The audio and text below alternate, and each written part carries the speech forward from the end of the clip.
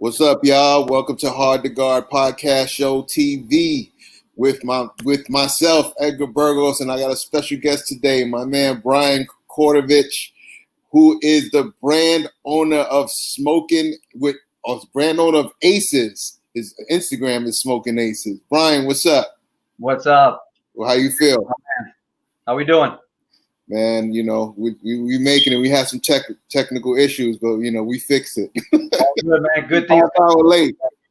Good things come to those who wait. We got it. Yes, I just want to say, Brian is the brand owner of the Aces brand, and the Aces brand is a lifestyle brand, and he impacts through style, purpose, and sport.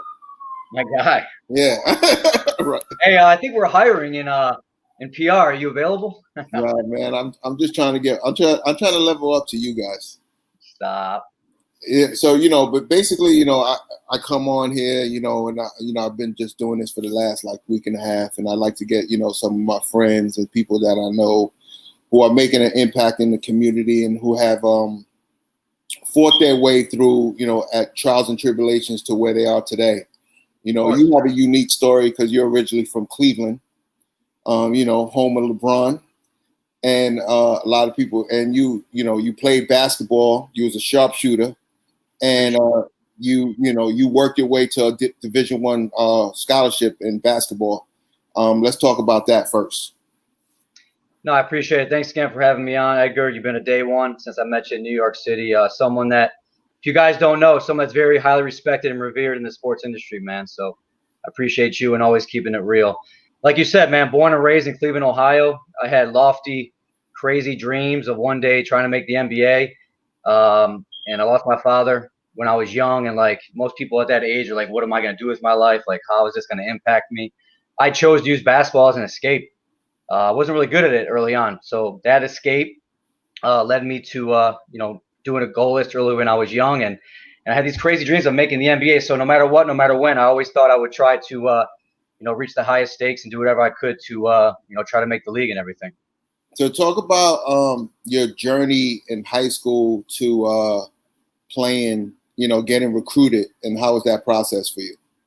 Ohio wasn't like New York City, man. I mean, AAU, I played slightly, but it wasn't like that pre-social media days. This is 15 years ago. So I was always good, but like being a 6 foot, let's be honest, white boy in Cleveland, Ohio, trying to have dreams of playing Division I basketball is probably not going to happen to most people. So definitely worked hard. AAU here and there. I went to a private high school, but we didn't have the classifications like you guys have in New York City. So exposure wasn't like New York. Yeah. So I know you went to Manhattan, right? And how many schools recruited you during that time? So I had a very disappointing senior year. It's funny. I got recruited back to my hometown school. I didn't like what my coach was doing at the private school. He didn't believe in Division I basketball. He thought it was unrealistic. So this coach back from where I was living in the city of Brunswick, a suburb like 20 minutes south of Cleveland's like, listen, I'll get you Division I. Come on here.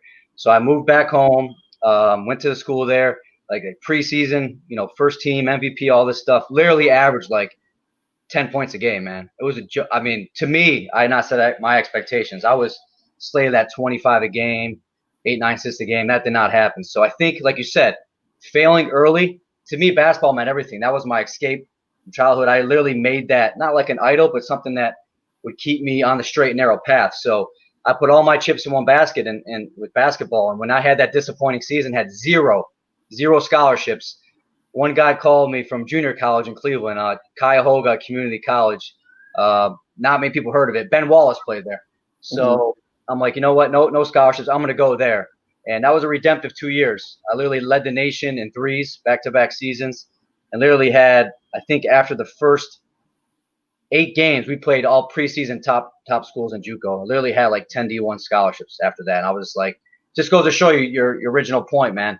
It's not over when you have a setback. Like, how do you bounce back from that? And that's kind of been my thing through all these lofty goals. Like, nothing's going to be easy. How do you bounce back, and how do you, more importantly, keep persevering to get to that next point, the next stage? Yeah. So you go to D1. You have an up and down career in D1. you leave once you're done with D1, you try to go overseas. How was that whole process for you? It's funny, man. I had a roller coaster of a college career again. Here's some more setbacks, but it kind of tells a story of who I am and how you just got to keep pushing. So literally went to 4 schools in 4 years. Tri-C for 2 years. Bobby Gonzalez when Manhattan was hot back in the 2005, 6, 7 era. Really good. They came to my JUCO, recruited me. I'll never forget. I had like CSU, Auburn, a few other schools. He brought me to Times Square. I remember when the ESPN zone was there, right? He flies me in. I go like this. I'm like, Coach, where do I sign? Because I saw the schedule. We played like 10 games at the Garden, and this kid's from Cleveland. I'm from Cleveland. I'm like, this is different for me. So where do I sign? So that year I redshirted, which I never really brought to the attention. I never wanted to talk about. There was an off the court recruiting violation I never really got into with any media outlet. So that forced me to leave. And again, another very disappointing setback. Transferred to Division II, Cal University of Pennsylvania, a top 5 school, Division II. And then that summer I come back because I had to redshirt that year. You transfer mid-year, you have to redshirt. Literally tear my ACL the day before I go back playing the Cleveland Pro-Am against Earl Boykins. I'll never forget it, man. It was the championship game. Of course, you know me. I'm a gamer. I wanted to play. So, yeah, long story short, the day after I graduated college, I ended up finishing at Urbana University. And I had obviously no stats my senior year. First game of my senior year, I kid you not, I come down on my same knee again. It's 9-0. I'm not kidding you. 3 straight threes. Tear my MCL in the same ACL, right? And then I finished school. And the contacts I made while I was at Manhattan College, I'm like, you know what? I have no college resume, but you know what I'm going to do? I'm going to go work on Wall Street. I'm going to try to get in as an intern. But more importantly, I'm going to go up to every single park and just try to make a name for myself and get some videotape and just email any and every agent I know. So you're talking about starting from the bottom and moving up. And you know how New York is. I didn't really know many people there because I was only at Manhattan College for like a year. So that was my journey. A week after college, I literally moved, packed all my stuff with $200 in my pocket, moved to New York, and through a relationship at Manhattan College, I got on as an intern on Wall Street in the New York Mercantile Exchange, quoting the gold market and silver market, like just picture trading places. That was me. And then I go back, pack my bag, go up to Harlem, go up to Dyckman, and literally just walk my way on these courts. And you know how it goes. If you don't know the teams in New York in that 2007, 8, 9, 10 era, it took me a whole summer to get on a team. So I clearly remember 2 things. I remember the first time I took notice of you was you at Rucker Park, and you led the whole season that summer in scoring, like 35, 40 a game. And also what I do, and I have footage of you, and you probably don't know this, you won a 3-point contest at Dyckman on a Friday night. Wow, I do remember that. Yeah, it was like 2008, 2009, and I have footage of that. And that's when I first, we said what's up. We didn't get cool like that yet, but we'll just say, what's up when I was doing my summer ball. But talk about like you playing at Rucker and how that helped you building relationships from a guy from Cleveland. Like I said, when you moved to New York, most people got scared of that. I looked at it as a challenge because I'm like, I always heard that saying, if you can make it there, you can make it anywhere. And if any kids listening that's not from New York, I'm telling you, man, you really can. But I don't think people really see things through, man. They get rejection here or there and they stop. So for me, not knowing anybody, it was a goal of mine always to get on these courts. So, and like you said, it's all about building relationships. I would take phone numbers down. I would take emails down. I would just show up, and I would get no, yes, hey, we got an extra spot. I would show up. You wouldn't play for 5 straight games. You sit on the bench. I'm like, these guys know I'm good.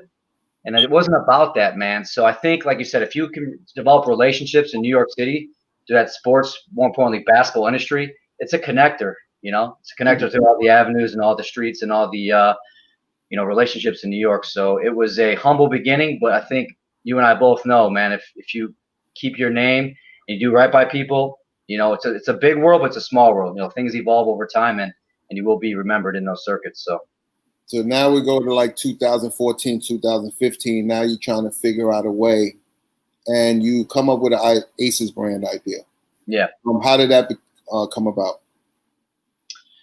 No, sure. I mean, I think we missed a little stage after that. Like, I got some game film from that Rucker, and I didn't get my first look overseas until probably a year into Wall Street. So my coach got me to Kuwait of all places. He literally calls me on the floor.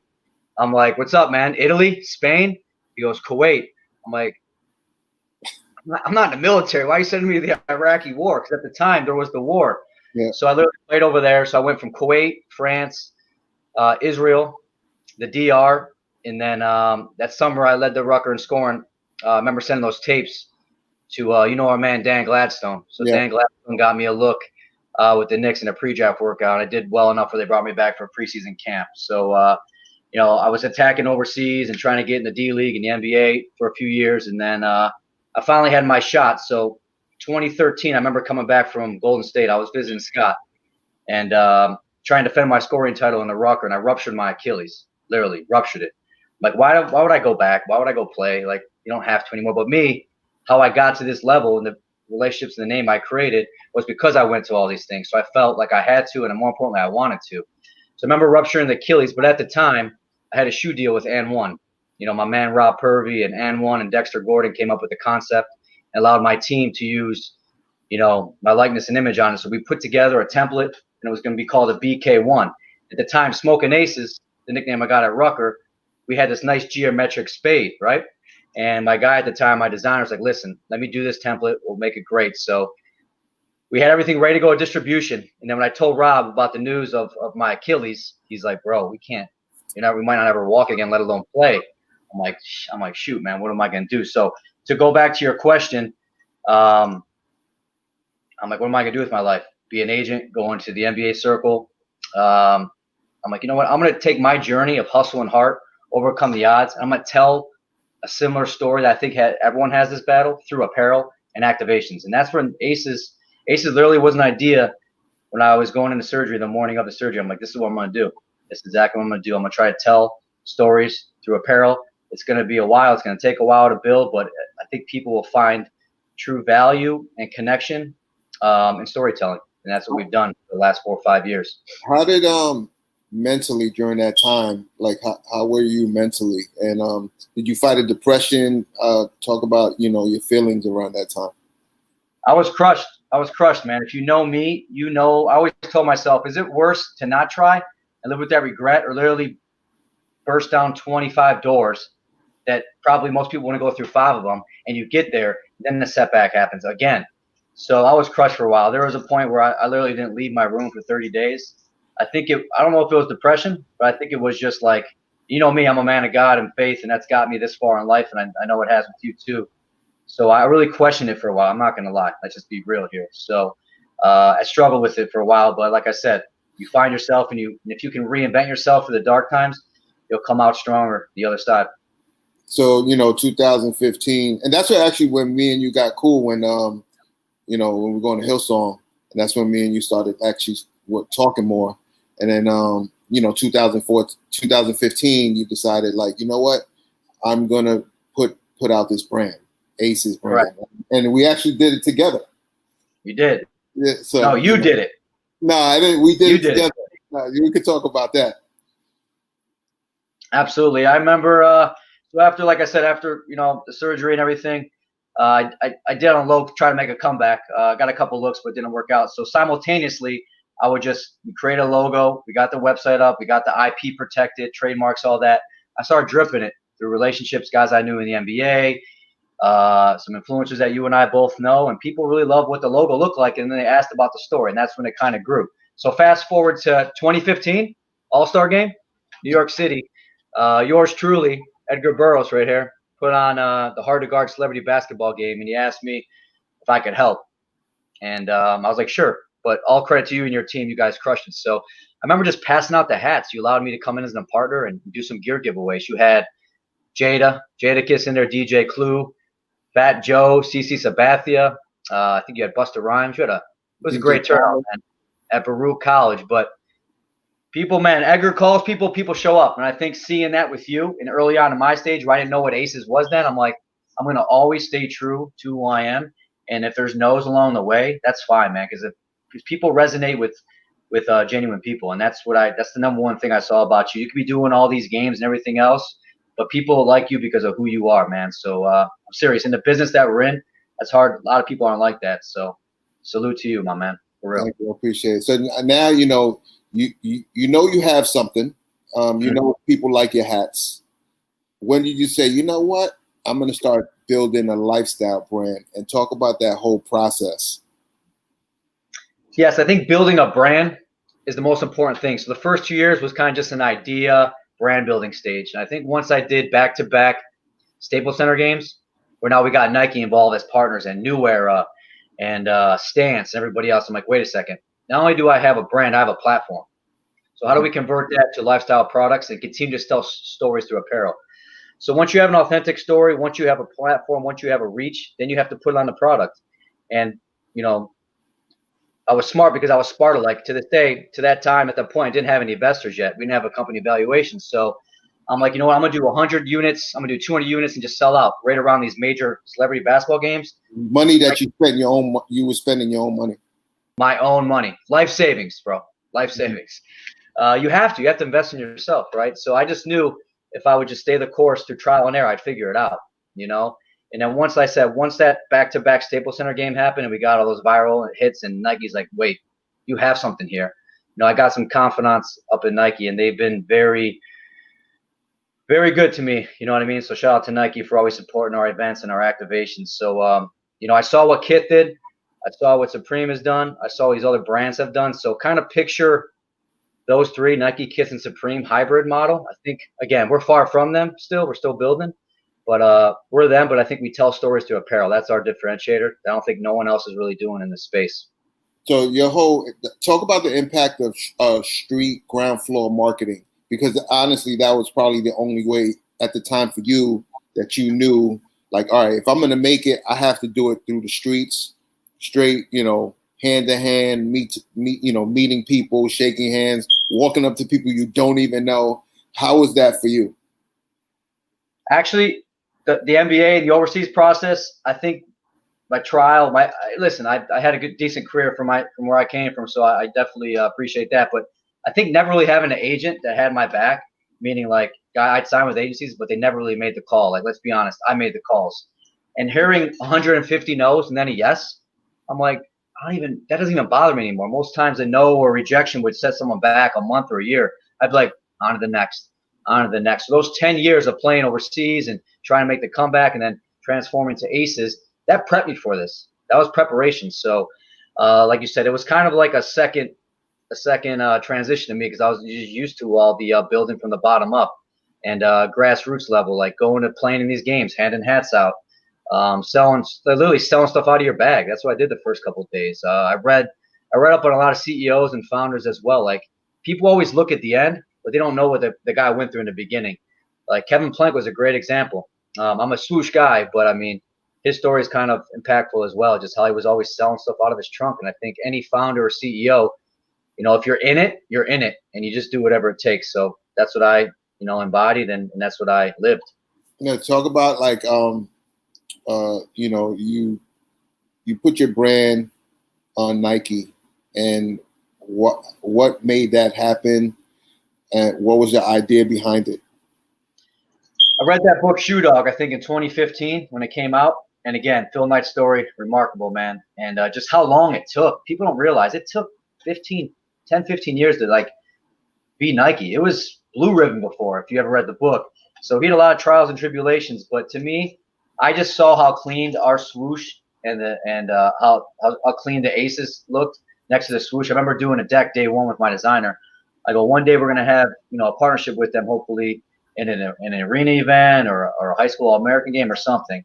And when you provide value and it's mutually beneficial, I really believe in the power of collaboration. I think Nike early on, with my basketball background, the people that I met in New York, you know, connected me to the New York Nike office, and they've been great. And then somehow, some way, they introduced me to Nike LA, so we've been able to do some activations, brand activations out there at Staples Center through them. So they've been great to me, and I think there's, like I said, I think there's power in collaborations and leveraging platforms.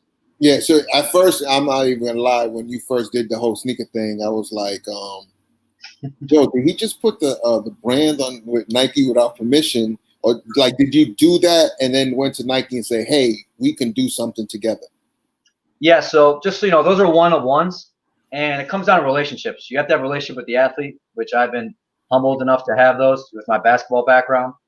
And of course, I checked off all the boxes. It was a long process. I don't think we have enough time to talk about it, but I got a lot of rejection. I'm not going to lie. Again, common theme, rejection. But when you keep moving, you keep reinventing, you understand why you got it, and you just reinvent and you come back and you stay persistent with the fine line, And I made sure I checked off all the boxes. And like I said, I've had some people out at Nike LA and the campus that's really been guiding me through the process. And we don't just do something halfway. We make sure we do it and we do it the right way. And we get the athletes involved and we make sure all the boxes are checked off. So I made sure that everything was checked off before we did that. So I appreciate the honesty, though, man.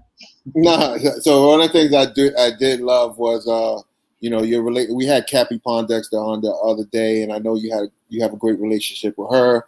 You guys did a one-on-one collaboration. I know you PJ Tucker, Quavo, and talk about the process and how did you get to Quavo and say, hey, let's do something together?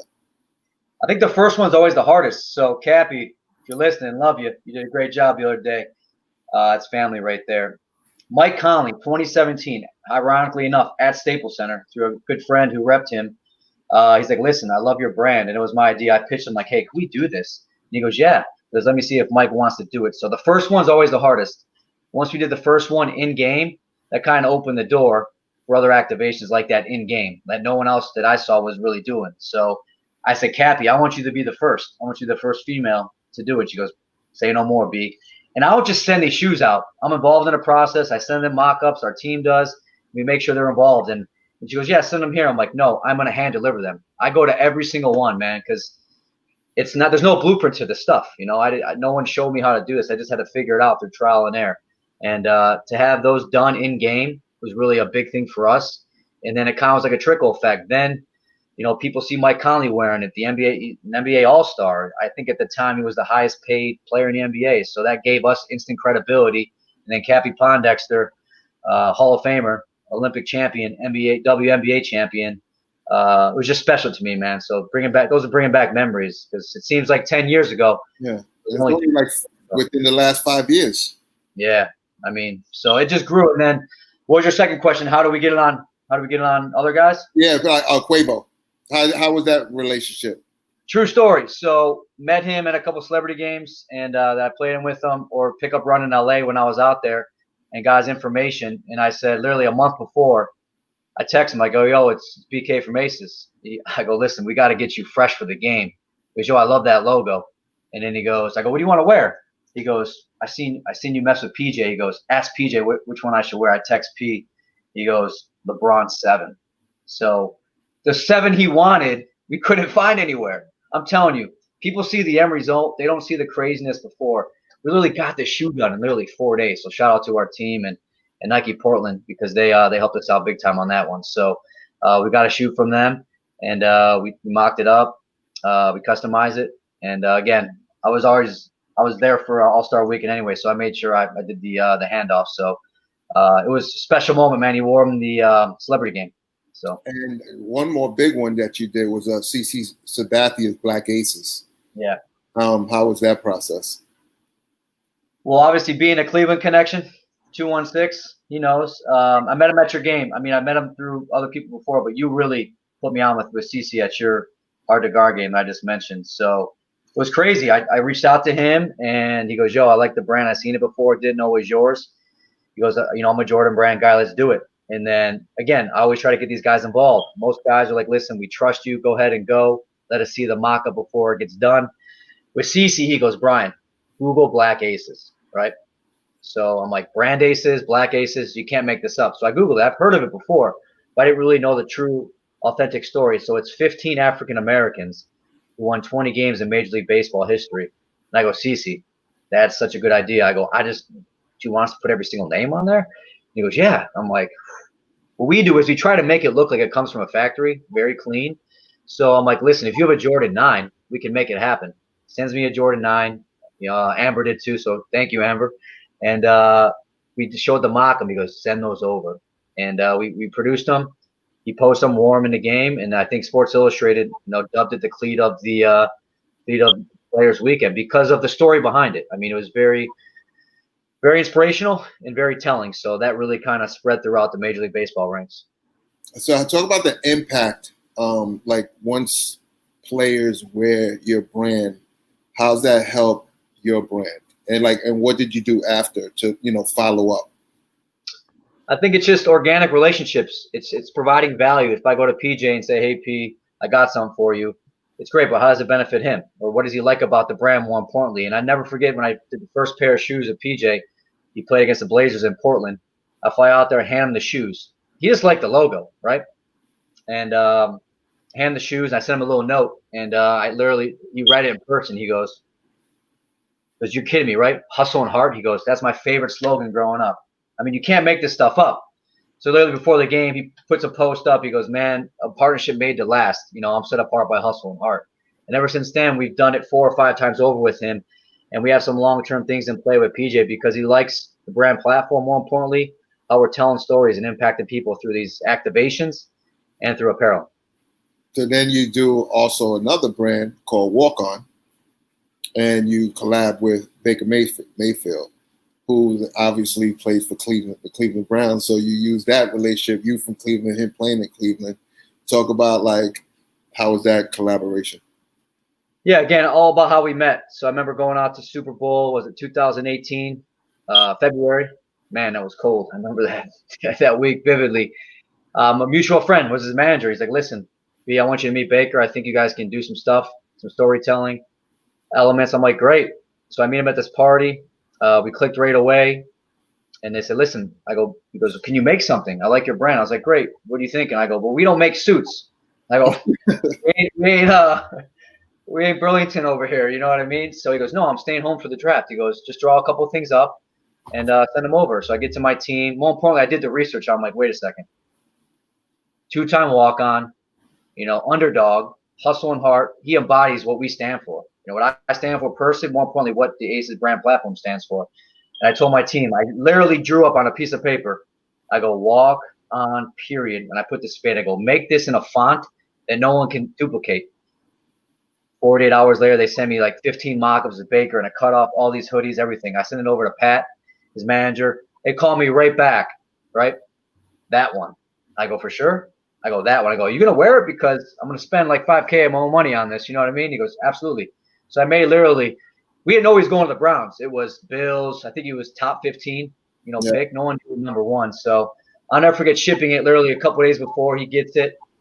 He wears it. An hour before, they tell me to look at his IG live. And then with the first pick in the NFL draft, the Cleveland Browns select Baker Mayfield. He stands up, walk on Aces everywhere. And went viral like 100 times over. And I never forget his story being told that night and how, it's more about a physical walk-on. Obviously, he's a physical walk-on. But what does walk-on stand for? It honors the underdog in all of us. I think we all have that story, all have that passion, all have that fight in any line of life. So that resonated with people, especially the city of Cleveland, because obviously my hometown, he's going to play for the Browns and what that city embodies. So I think we all have a walk-on journey or story in all of us. Yeah. So how's that? He wears it, you get excited, but right away your business mind, comes into focus, and you're like, okay, how do people try to find a shirt? Do people are reaching out to you? How does that translate into sales? I kid you not, we probably lost a few million off that because we didn't know it was going to have that impact.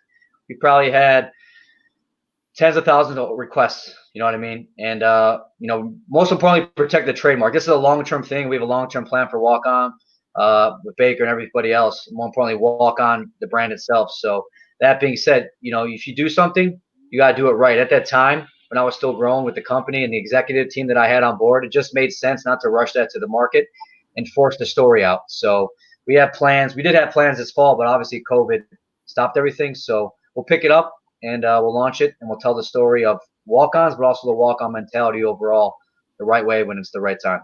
So I like to ask this question about this whole COVID thing. How has COVID, this whole process with COVID, help hurt the company, or has it helped you, fuel more ideas for you and how to innovate? It's funny. I mean, it's been terrible to see all these other businesses struggling, and especially brick and mortar. We're always going to be direct to consumer online. We may be in pop-ups here and there, but I think the power is in online. Things are evolving. So this actually helped us. Again, the storytelling element, because I think some of our marks and our IP and our trademarks and our slogan, they relate to humanity. And I think coming out this pandemic and as we continue to progress and scale and tell these stories, it's going to resonate with people. So it actually helped us. And as we scaled, the world has slowed down. You know this. You're a busy guy, Edgar. Meetings that were meetings before didn't have to be meetings. It could have been an email. It could have been one of these right here. So the key people that we were reaching out are ones that we had deals with, whether it was personnel, executives, whoever, top to bottom. The whole world shut down. They really opened their eyes. They're like, wait a second, we want to be a part of this. So it's kind of helped. It's helped us, man. We've been able to scale the company, grow the company, bring on operating executives to really take this thing to new heights, and really laser focus on the marks that are going to be most important to help people and tell stories coming out of this pandemic. So talk about build like the Aces and like how do you build digital? Like you've been doing a good job on Instagram promoting, but how do you build? Like one thing I love about Nike does it better than anybody as far as commercials, online stuff. How do you impact it? Because you've touched a lot of people. So what do you say? Like when you talk to like, you know what, I need to do this to help build my brand more digital. Let's be honest. They're the #1 sports marketing company in the world ever. They are a marketing guru, genius. So shout out to them. But for us, it's all about just organic drip. The last 3-4 years when I started this, all organic drip. So once you have the budget, the platform, and the plan, I think you can build up. There's a customer acquisition model you can do online. There's all these online sale promotions you can do. But the last couple of years when we do these 100, 200 units, we would sell out. And this is with Edgar. I'm being honest with you. This is $0 of marketing just through Instagram.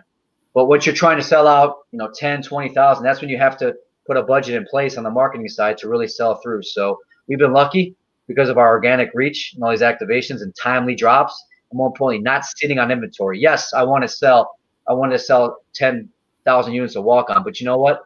You don't want to sit on inventory. It's more about the long term and setting up, because these companies, like I said, I've made some mistakes, man. We all have, but it's something I've never made a mistake of. We've never really done a bad deal. We never really sat on inventory.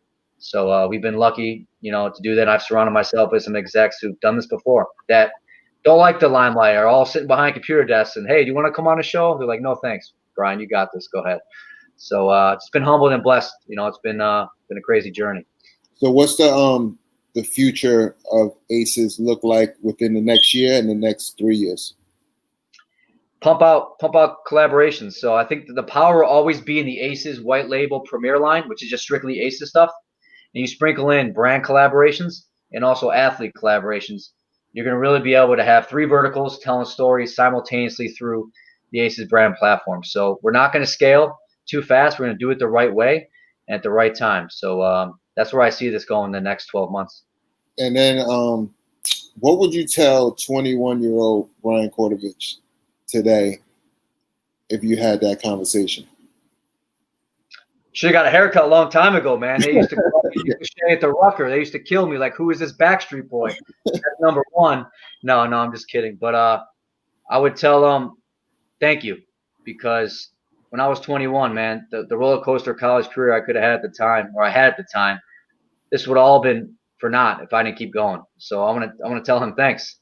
Thanks for fighting. Thanks for, you may not have seen the end of the light at the end of the tunnel, but whatever you did, your faith, whatever you did at that time, you just kept going. So you don't get to see the other side unless you keep going. I think that's just the bottom line in anything that I've done personally with my basketball career, my Aces endeavor, and anything else that I do. I go all in. You can't have anything great value if you just have 1 foot in. You got to have 2 feet in. So I would tell the younger self, thanks, man. Thanks for fighting on. Yeah, I think people, like we talked about this earlier, like a lot of people can't take rejection. And, we hear a lot of no's before we get a yes. Yeah. And just talk like it's all about perseverance. And I don't know, like, what do you tell yourself every single day? Like if you had a conversation with a bunch of kids who are, striving to be the greatest they can be, what would you tell them about perseverance, about never giving up and walk on? A great question. I think It goes back to my childhood roots, straight up, from Cleveland. You know, my mom had it tough. You know, I lost my father to cancer when I was 10. I briefly mentioned in the beginning. To see her struggle, to see her never once complain. She could have caved in. She could have went to the local bar every night. She could have done this, done that. I remember day before 5th grade. That's when I lost my father. And my mom at the time was cleaning businesses and had a house cleaning business. She was a hustler, so maybe I got the entrepreneur spirit from her and the work ethic from my dad because he was working 3 jobs. But when he passed, she had no degree and she had 2 kids. Did she give up on us? No. Literally a week after, my father gets buried, she goes back to school in her 40s. Edgar, 44 years old. For 3 years straight, graduates magna cum laude from Cleveland State University. To see her do that, not once ever say why me. I'm like, I am never going to freaking complain. I was going to say another word, but I know we're live now. I'm never going to complain. And I saw her faith. I saw how she rebounded from failure and rejection and major disappointment, and that stuck with me. And then put on top of that, when I put something in my mind and I have a goal, I'm going to go after it, man. I'm going to go after it the right way. So to get those rejections, yeah, they hurt, they suck, but to see her do that and instill that in me, and encompass my work ethic, there was no stopping me until I knew it was in my heart to do it anymore, or I knew it wasn't in my time yet. So you just got to keep going. Hustle and heart. That's it, baby. Hustle and heart. Brian, thank you for your time. Hopefully, some of your words inspire some people. You're my boy. Thank you. I love you. And let's keep going, man. Let's keep pushing. Congrats, Edgar. Keep doing big things, man. I appreciate you, brother.